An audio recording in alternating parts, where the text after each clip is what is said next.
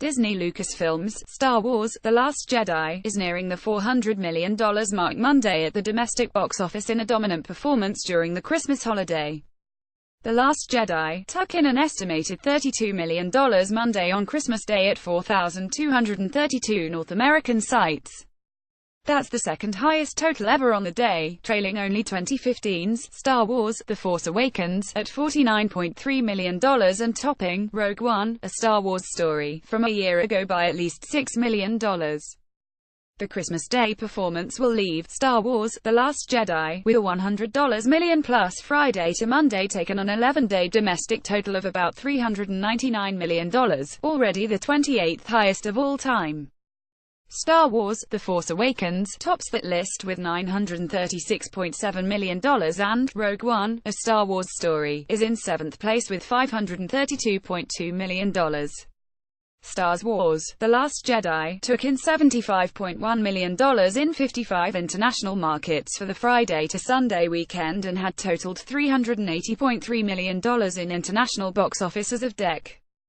24. Its worldwide total will top the $800 million mark on Monday.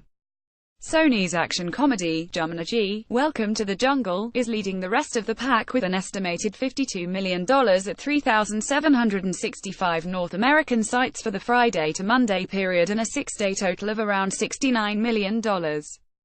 Jumanji also opened solidly with $49.5 million in 53 international markets for the Friday to Sunday weekend. Universal's Pitch Perfect 3 took in about $26 million at 3,447 theaters for the 4-day period. The threequel brought back the Bellas singing group with Anna Kendrick, Rebel Wilson, Hailee Steinfeld, Brittany Snow, Anna Camp and Hannah May Lee reprising their roles. Pitch Perfect 3 also opened with $9.8 million in 14 international markets during the weekend.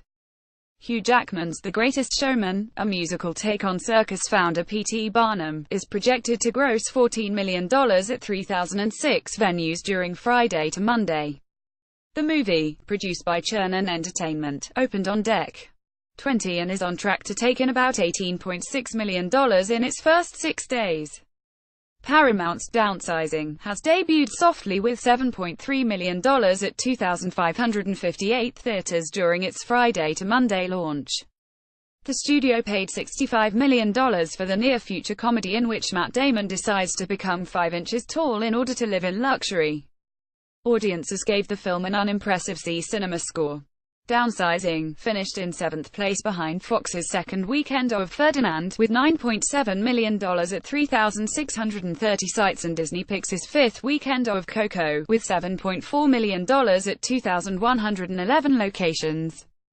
Coco, which led the North American box office for 3 weekends before Star Wars: The Last Jedi opened, has totaled $163.5 million in 34 days.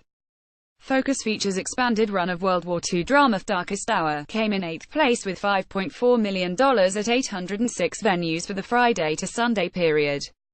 The film, starring Gary Oldman as Winston Churchill, has grossed $8.3 million so far in a month of limited release. R-rated comedy, Father Figures, grossed a quiet $5 million at 2,902 theaters in 9th place during Friday to Monday for Warner Brothers, which is distributing through its output deal with Alcon Entertainment. The $25 million film follows brothers, played by Owen Wilson and Ed Helms, who set out to find their biological father.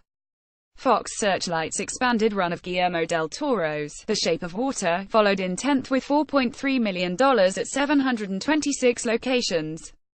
The fantasy drama, nominated for a leading 7 Golden Globes, has totaled $8.9 million in 4 weeks of limited release.